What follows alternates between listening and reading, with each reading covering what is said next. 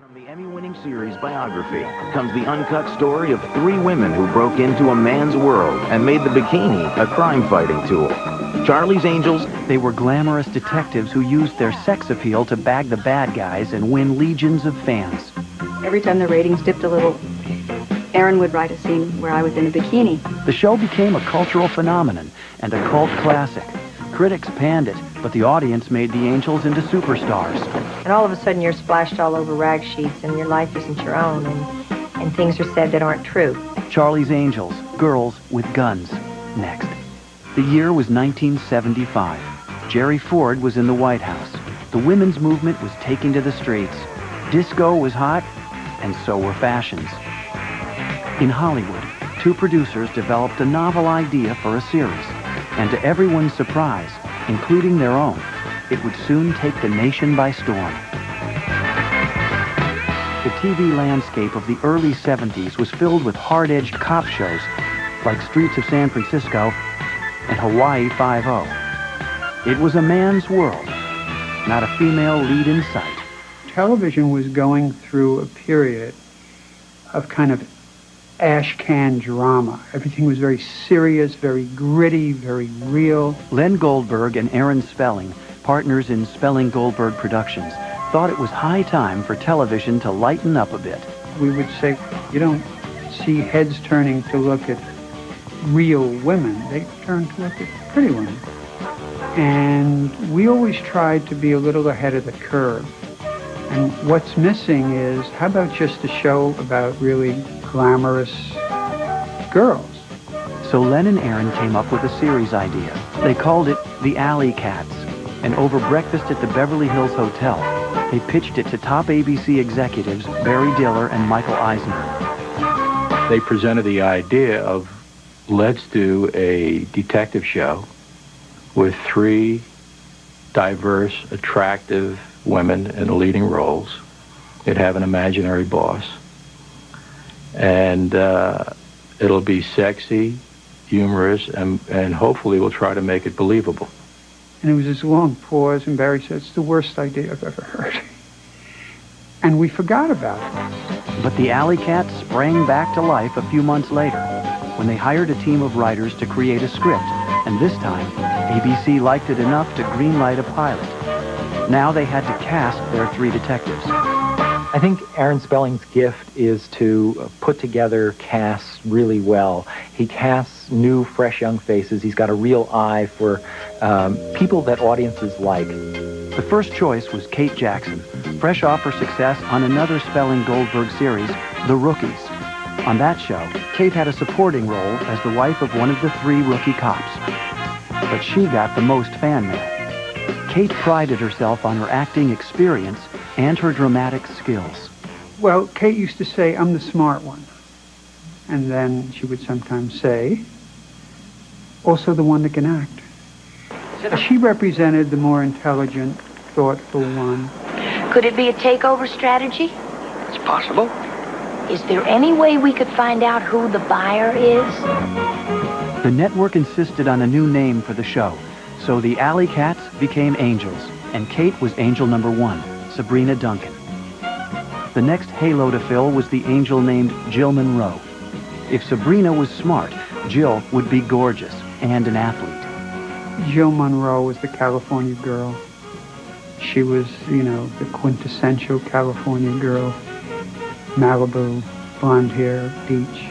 They found the perfect Jill Monroe in a young actress named Farrah Fawcett Majors. She was from Texas, not Malibu, but when she arrived in Hollywood, casting directors took notice.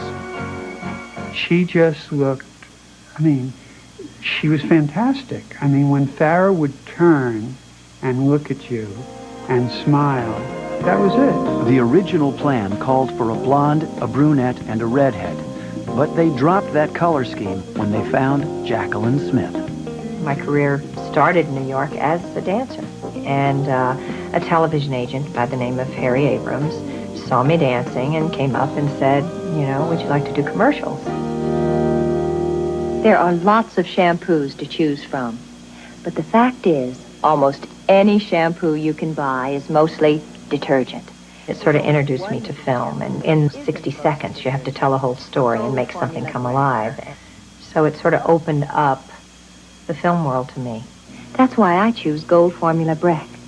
After moving to Los Angeles, Jacqueline had landed a few minor TV roles. Then she was called in to audition as the third angel, sophisticated and glamorous Kelly Garrett. Really, I was called, as a million other actresses, to go in and read for Charlie's Angels. Cold readings were never my thing. I was a little nervous reading, and it wasn't a particularly good reading. But it was obviously good enough. Jacqueline would be angel number 3. Charlie's 3 angels were lined up. Now it was time to cast Charlie Townsend, their boss. Good morning, angels. Morning, Charlie. Only the voice of Charlie would be heard, but that voice proved hard to find. Finally, Aaron Spelling calls an old friend, John Forsythe. He's the most elegant man and a great voice. And he used to come in once every 2 weeks and do 2 episodes in the morning. He would come in like an old-fashioned movie star, beautifully dressed with a sport coat and a sweater or a shirt and tie or an ascot, and come in and do it. Then he would have lunch at the commissary, and then he would go to the racetrack. But that was the best job in television. I'd like to place a call to Los Angeles, California. Forsythe didn't want to be billed in the show's credits, adding another note of mystery to the role. And that glimpse of Charlie's back in every episode, it was actually a stand-in. And Charlie, he had sex at the end, or whatever. I don't know what he did after the cut, but he did something.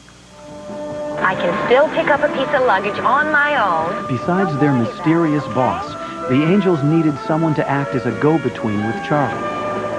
David Doyle would get the role of John Bosley. You don't understand. Things are starting to heat up. We just wanted someone who would remind you of your uncle, your favorite uncle. And we kept looking for that quality, and we thought David had it. And you would never think there was anything going on between him and the girls other than he was their favorite uncle, and they could rely on him and count on him. Like Forsythe, Doyle was a veteran actor. Sooner or later, you're going to try a White Owl. And when you do, we got you. And total professional, came to work prepared all the time. He used to say he had the second best job in television, next to John Forsythe. Charlie's Angels was cast and ready to roll, but how would the audience react? When the Charlie's Angels pilot aired as a TV movie on March 21st, 1976, the Angels proved they could pull in an audience. When the show debuted, it exploded. Just exploded on the scene. The 3 leading ladies were just magic together. And the show got like a 48 share. And Aaron and I looked at each other and we said, there's something here. It was, and the network couldn't believe it either. I mean, it was a giant rating for this. But ABC questioned a basic concept. How could 3 gorgeous women fight crime without more male help? Well, actually, in the pilot, the network wanted us to have another character, another guy. The second man, played by David Ogden Stiers, was there to lend an extra hand if the girls got into trouble. So we had David Doyle, and we had this other character, and the 3 girls, and they were falling all over each other. When we went to series, we said we want to drop the guy, and the network said to us, well, who's going to save the girls at the end? And we said, they're going to save themselves. And we used the example of Policewoman, because they said, well, look at Policewoman. That series starred Angie Dickinson as a cop with a male partner played by Earl Holliman. Angie was doing Policewoman at the same time. And, but she had to call Earl Holliman to come to the rescue. Come, Mr. Holliman, I need you. And he would come to the rescue. Well, what if you only had a choice of one person? Would you have Earl Holliman or Angie Dickinson? You can't have both. They said, well, Angie Dickinson. I said, we got 3. We don't need it. And 3 more Earl Hollimans. So David Ogden Stiers was let go. He went on to star as Major Charles Winchester in MASH.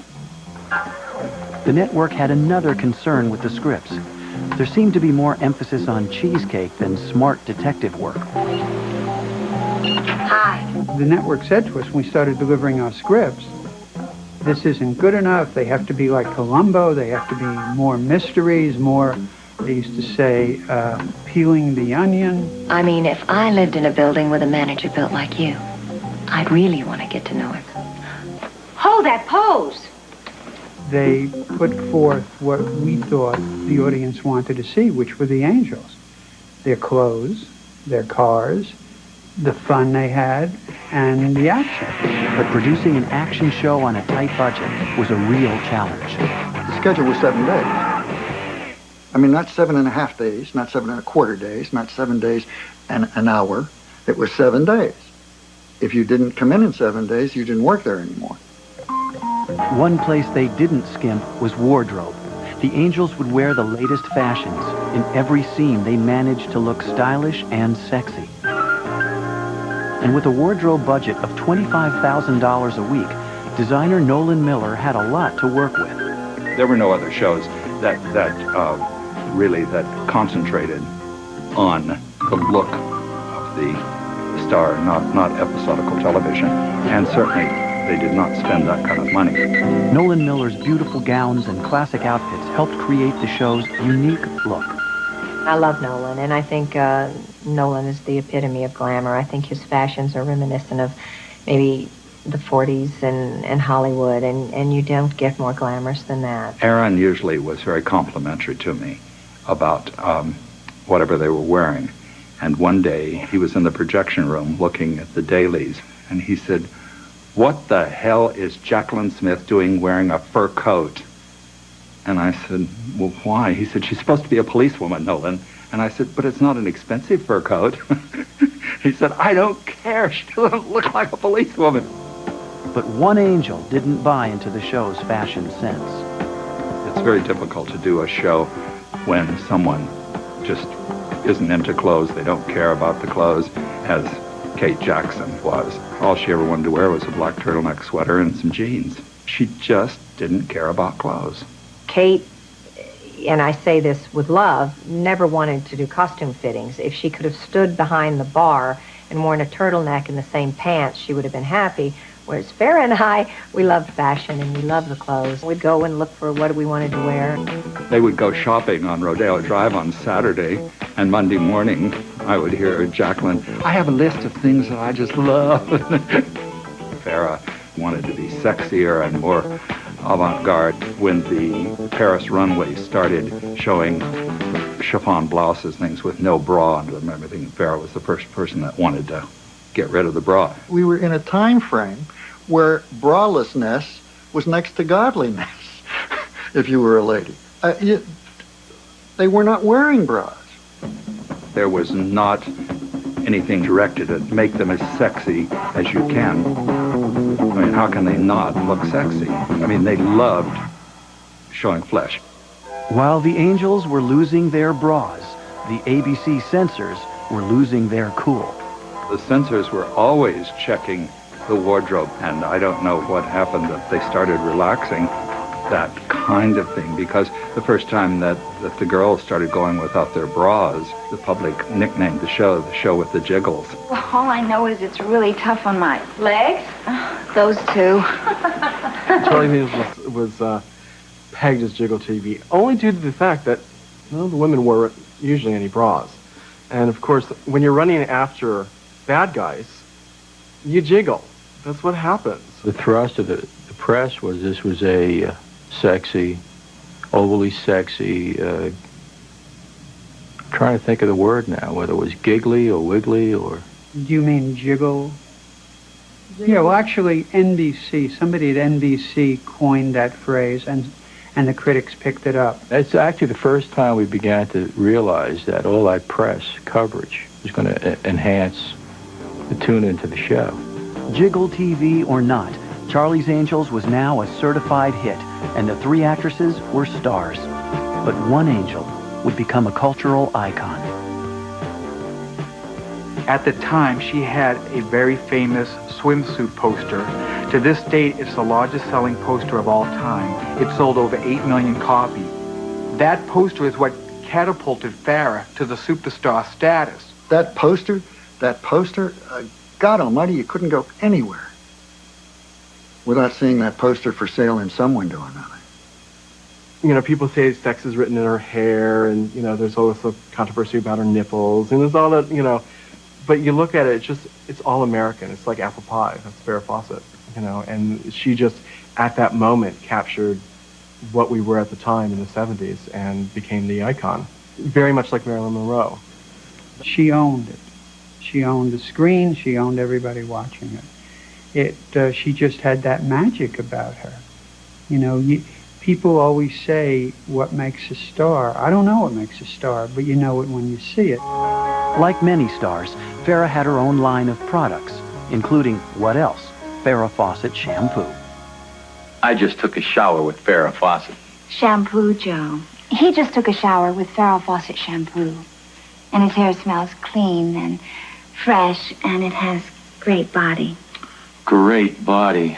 Her hair became, you know, water cooler conversation, as well as other anatomy parts.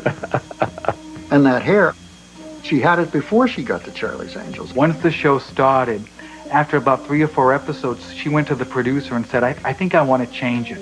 And the producer knew that that was a look that was becoming popular. And he said, oh, no, could you just have it just a little bit longer? She had gotten to such a level that women would go into beauty parlors and say, do me a Farrah. They all wanted that haircut. Who knows how many women burn their hair trying to get that look. Well, I just remember what an incredible craze it turned into. Everybody, if they didn't have blonde hair and they wore a wig, the whole world was running around in a Farrah wig. Number 4, the Foxy! Farrah helped catapult the show into the ratings stratosphere, but its real success was based on the ensemble and the show's unique and unlikely concept.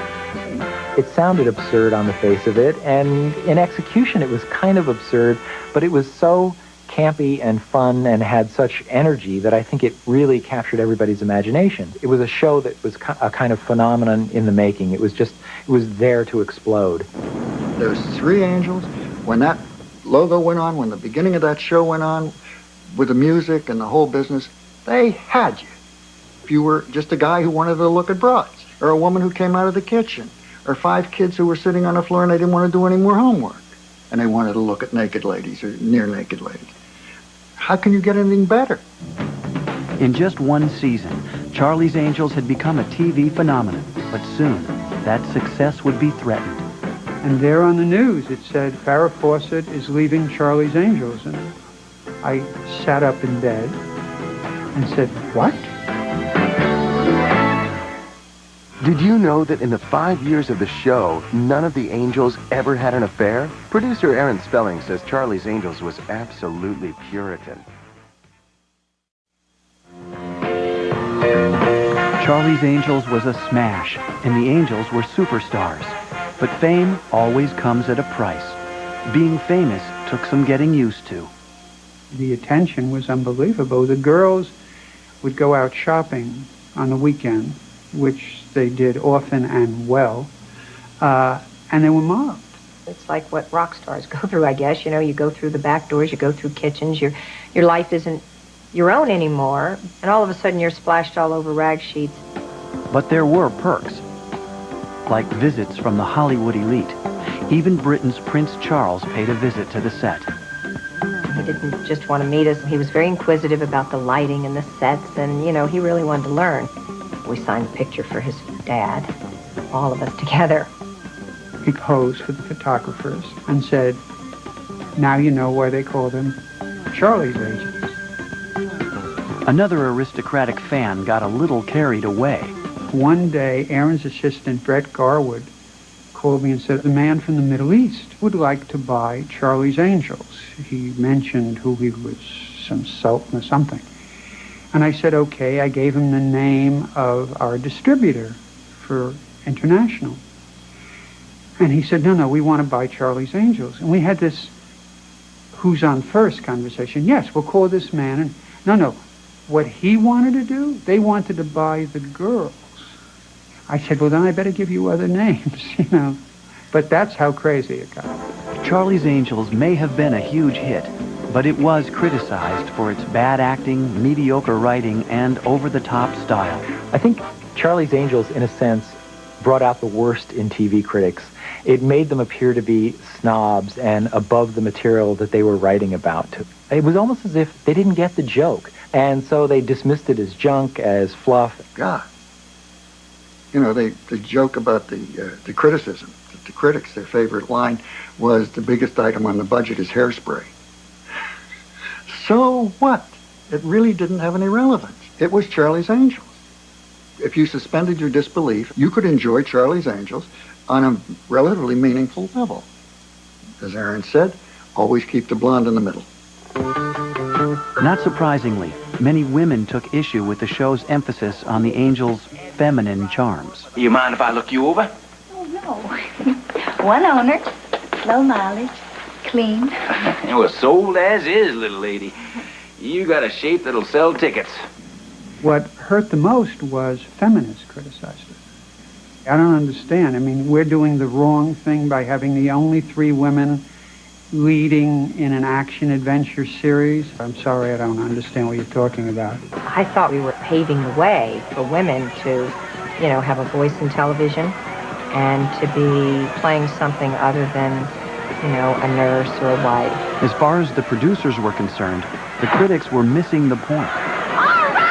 We did want to make a statement that said women could be beautiful and smart and strong and lovable. They could be everything. We didn't set out to change the world. What we had in mind was a 33 share, basically. That's what we had in mind. Okay, so they weren't doing Shakespeare. And in fact, there was no getting around the series' escapist quality. Occasionally, the show was downright campy.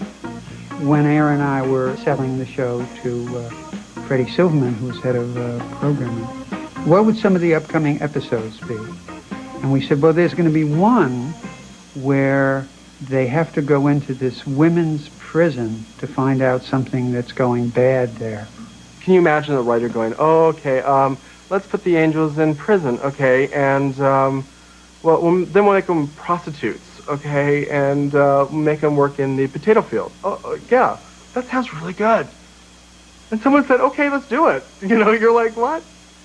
And eventually they're handcuffed together and they're running through the swamps, soaking wet, and it's called Angels in Chains, our highest rated episode ever, and one that the network chose to repeat. They would play it every week if you would allow them to. It was a crazy episode, but everyone loves and remembers that episode. They're like getting sprayed in their towels, and they're walking around in their towels, and you know, they're getting massages and towels all over the place, angels and towels. So it could have been an episode. Oh, okay. Interesting. By the spring of 1977, Charlie's Angels was a hit show and a pop culture phenomenon. But everything would soon be placed in jeopardy when Aaron Spelling and Len Goldberg received some shocking news. I was home watching television on a Monday night, watching the news, and there on the news it said Farrah Fawcett is leaving Charlie's Angels. And I sat up in bed and said, what? And he called, and he said, hold the fort, we may lose Farrah. And just slow down, don't do any more. Farrah was just 1 year into her 5-year contract, but she wanted out. She was determined to make movies. While negotiations began with Farrah and her lawyers, the press had a field day. When Farrah was going to leave, do you think Farrah's going to leave? Is Farrah going to come back? Is Farrah? People were involved with the show. It was practically headlines in the papers that the studio was having a problem with Farrah, and she wanted to leave the show, and they even were in court over it. She said, I want to be in movies. Aaron and I went to Columbia Pictures and came back with the following deal for her. They would develop 3 scripts for her with her input. Aaron and I would have nothing to do with it, and she just said, no, I'm leaving the show. I think if you're really unhappy on something, then, you know, you have to analyze that and maybe, because if you're negative, you're bringing it down for everybody else. Now the producers and the network were worried. Could Charlie's Angels survive without Farrah? Well, Farrah was so popular that I think they worried about the impact it would have on the show. And Aaron and I were very concerned because although the other angels were terrific, Farrah had seemed to step in forward of the 3 angels and had gotten the most press, the most attention, the most publicity. And so when you hear after 1 year that she's leaving, you're very concerned. Nervous about their show's future, Spelling Goldberg Productions agreed to release Farrah from her contract.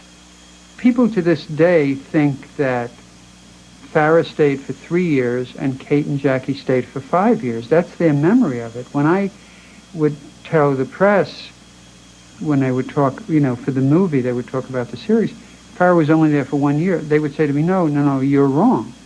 I would go, okay, I guess I'm wrong. But because the memory of Charlie's Angels is so strong that they imagined that they stayed much longer than they did. Now Len and Aaron were desperate to find a new angel. They turned first to a young actress who specialized in playing victims. It was the opening of an episode, and a girl walking down a dark alley turns and screams and then gets raped or mugged or killed. And that was Cheryl Stoppelmoor. My poor mother calls me and says, are you going to do any shows where you don't get killed or raped or anything in the first 5 minutes of the show? I said, I hope so. That's what I'm working toward. Cheryl had grown up in South Dakota and sang her way into show business. Her first big break was singing on the cartoon series Josie and the Pussycats. I thought, doesn't get any better than this. This is great. I'm here. I've arrived. And then I was like a 7-year overnight success. Next came commercials and small TV roles, marriage to studio executive David Ladd, and a name change. And I must say that my husband, David Ladd, at the time was after me all the time to not use Stoppelmoor because it wasn't a great marquee kind of name. So Cheryl Jean Stoppelmoor became Cheryl Ladd. Aaron Spelling was reminded of Cheryl while dining out one evening with Nolan Miller. David Ladd and Cheryl came by the table to say hello. And Cheryl, you just took one look at her. She was so beautiful. And she had a smile like Farrah's. She could melt an iceberg in 20 paces in about 3 seconds.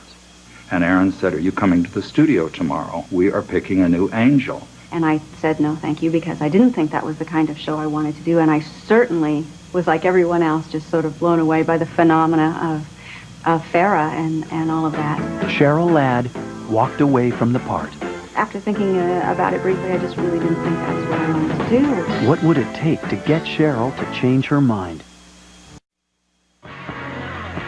In just one season, Charlie's Angels had captured the hearts of the TV audience, but its success was threatened by Farrah's departure.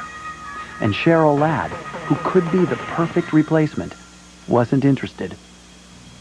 And I guess they saw hundreds of girls, and he called me back and he said, just come and talk to me. I want to know what your concerns are. So I told him, first of all, being in this position after working so hard and studying acting for 7 years, and I don't see myself in this show. And he said, well, what would make you comfortable? I said, if I could be a funny person and not have to take it too seriously, and particularly not have to try to be Farrah, which I thought was death for anyone that attempted it. Maybe we will work with her, and maybe we won't. So we created this Chris Monroe character who was really the rookie. Because America really does fight for the underdog. They cheer for you, especially if you try really hard and you're funny. They always want you to win. Aaron's idea about her being Farrah's sister inside the show was brilliant. Because the audience loved Farrah. They really did. I mean, what else would have ingratiated her? All she had to do was come in and be good. It was official. Cheryl Ladd would play the role of Chris Monroe, Jill's little sister. You got it! I can't believe it! But Cheryl still saw it as a very risky career move. There was Jacqueline and Kate and David Doyle and everyone on the crew who had a hit show that didn't know if their hit show was going to have any more life. Thought if they just really hated me and the show went off the air because I came on it, I'd never work again. When shooting began for the season premiere, the press, the cast, and the producers held their breath. It was overwhelming in the pressure of it. So I just went on the set, and at that time, Farrah was Farrah Fawcett Major, so I wore a T-shirt that said Farrah Fawcett Minor. And I got a good laugh, and everybody realized that it just broke the tension right away. I think they felt let down by Farrah at the time. That made it easy. Everybody was welcoming to her. David Doyle just took me under his wing, and he just immediately said, "You're going to be great, kid, you know. Come on, let's have some fun." And he just let me know that he was on my side. But with the fun would come a lot of hard work, long hours, and stress. But we all had a pact, really, that no matter what happened, that we were a team, that we were the Three Musketeers, and nobody was going to say anything about anybody that could remotely be misconstrued. We were all holding our breath for the first show to air. On September 14th, 1977, the season premiere aired, introducing Chris Monroe. Set in Hawaii, the episode surpassed everyone's expectations, raising the series ratings to new heights. Creating this Chris character was a constant. I was trying to come up with funny ideas and things. The rookie angel, you know, one who would make mistakes and is not always perfect. I hope I created lots of little Chris moments where she became very human and very real and funny. Who could hate Joe Monroe's little sister? You know, hating Farrah Fawcett's sister is would be un-American, basically. Cheryl Ladd's Chris was funny and charming, but she had another asset that the producers would make the most of. I remember when we did Angels in Hawaii, and she came up out of the water in her bikini onto the boat. Case closed. I was one of the first people on television that wore a kind of French cut, high cut, I guess they call them string bikinis now. You know, it was a glamorous show. I wore a bikini when I was on a beach or at a swimming pool. Kate never put on a bikini. I don't even know if she put on a bathing suit. They didn't want to just be like bare skin all the time. They wanted some reality to this show. I mean, it was stretching it as it was. But there were certain times when it was reasonable that they were in a bikini or something. But the real reason for all the bikinis was obvious. Jacqueline says this all the time. She said that every time the ratings dipped a little, Aaron would write a scene where I was in a bikini. And I finally went in and I said, look, I'm somebody's mother. This is getting a little humiliating. If I'm going to wear a bikini, I have to be somewhere near water, okay? Because I'm not just going to run around in a bikini for no apparent reason. It was just getting stupid. So I decided that I would choose the bikini that I knew would not pass standards and practices. They actually had those things in those days. And the whole time we rehearsed, I had a robe on. And when it was time to do the scene, I took the robe off, and everybody goes, Cheryl, what are you doing? Aaron wants a bikini, and this is the one I'm wearing. And I said, oh, no, we can't film that. And I said, no, he wants a bikini. This is the one I'm wearing.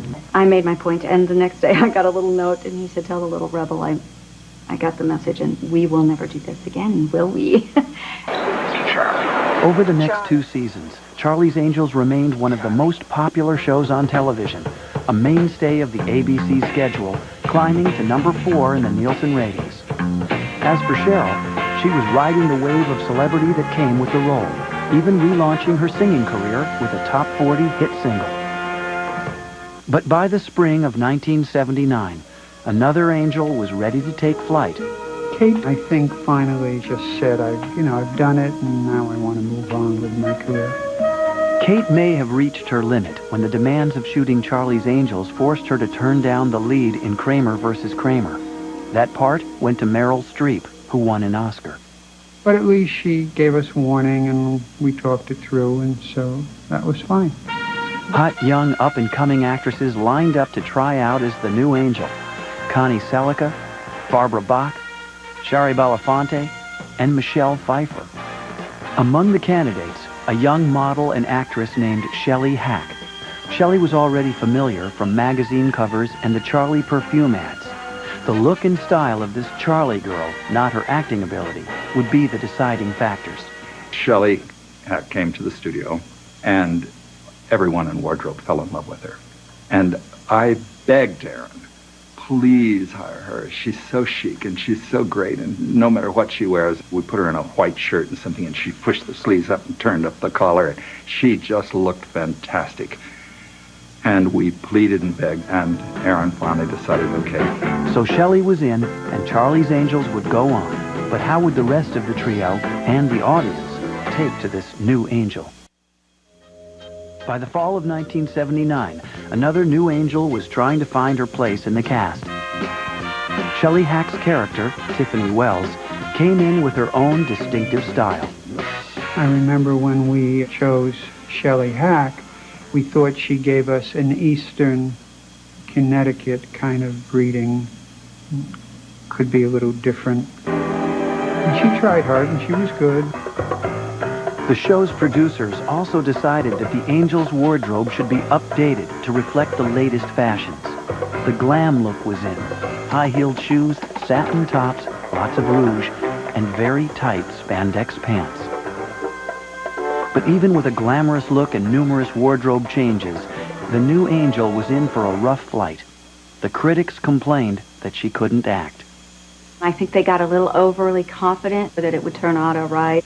They didn't really hone who that character should be. They were not perhaps as diligent with it as they should have been. They didn't help her enough because she was just sort of someone that just was fitted into scripts already written, and they hadn't really focused on who Tiffany should be and what she should add to the group. I think that poor Shelley suffered from that, and that was a shame, but I certainly don't think it was all Shelley's fault. After only one season as Tiffany, Shelley Hack was out.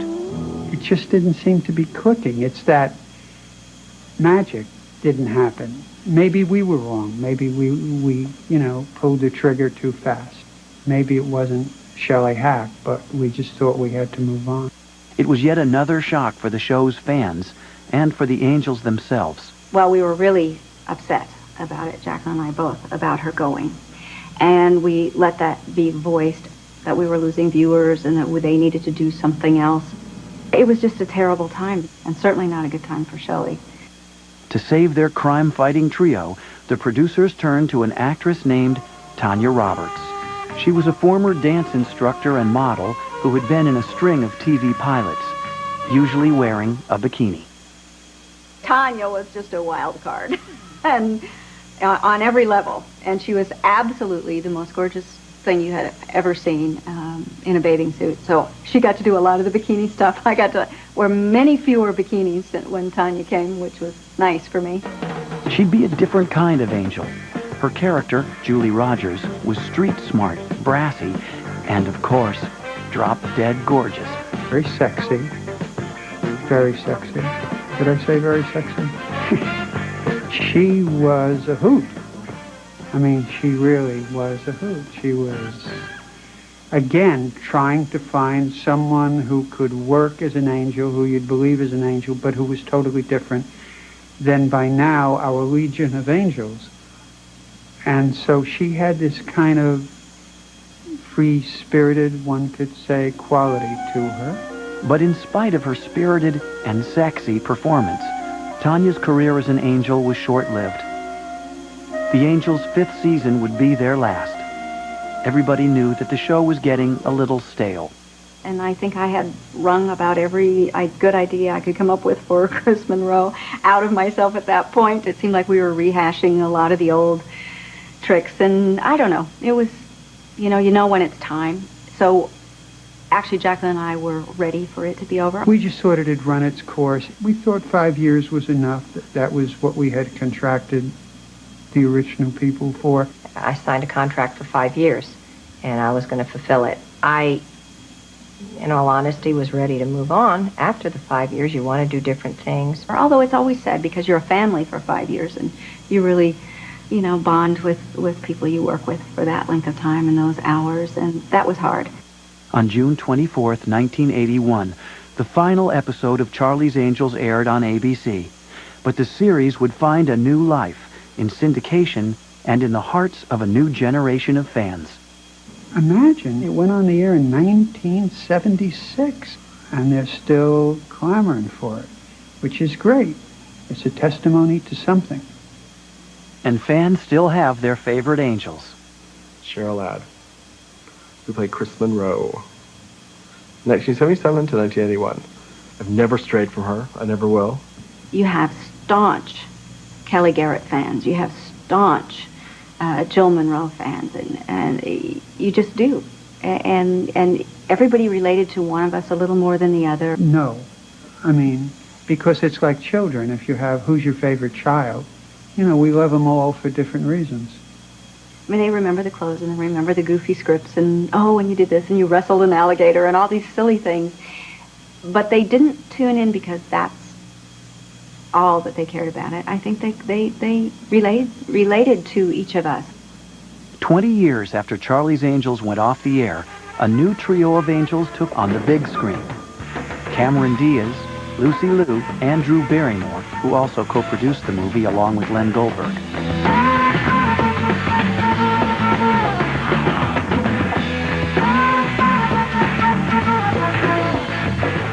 More than a nostalgia trip, they wanted their movie to be an update of the original, capturing the same spirit. The one thing that hasn't changed is the idea that these three girls love each other and get along with each other and that they're friends. Because when we were casting for the third angel, Drew and Cameron made a point. They said, we want someone that we can be friends with, not someone who's going to steal our boyfriend. And that said it really well. That's what we want. And I thought, yeah, that's what the audience wants too. Not only movie screens, but computer screens feature Charlie's Angels now, drawing old fans and new ones. Clearly, the show's creators and the Angels were doing something right. I had people all over the world emailing me. These girls and boys are like 13 and 14 years old, and now are watching it, on reruns. And it amazes me even today now with, the new movie, how empowering, Charlie's Angels still is today. If somebody had said, will they be interested 20 years later, I would say absolutely not. But there was something winning about the concept of Charlie's Angels. And so it put you out there in a different light and in a different way. In some way, they became us. We became a reflection of particularly young women, of who they wanted to be and who they visualized themselves being. And I think that's why it's still popular. Well, my martini is ready.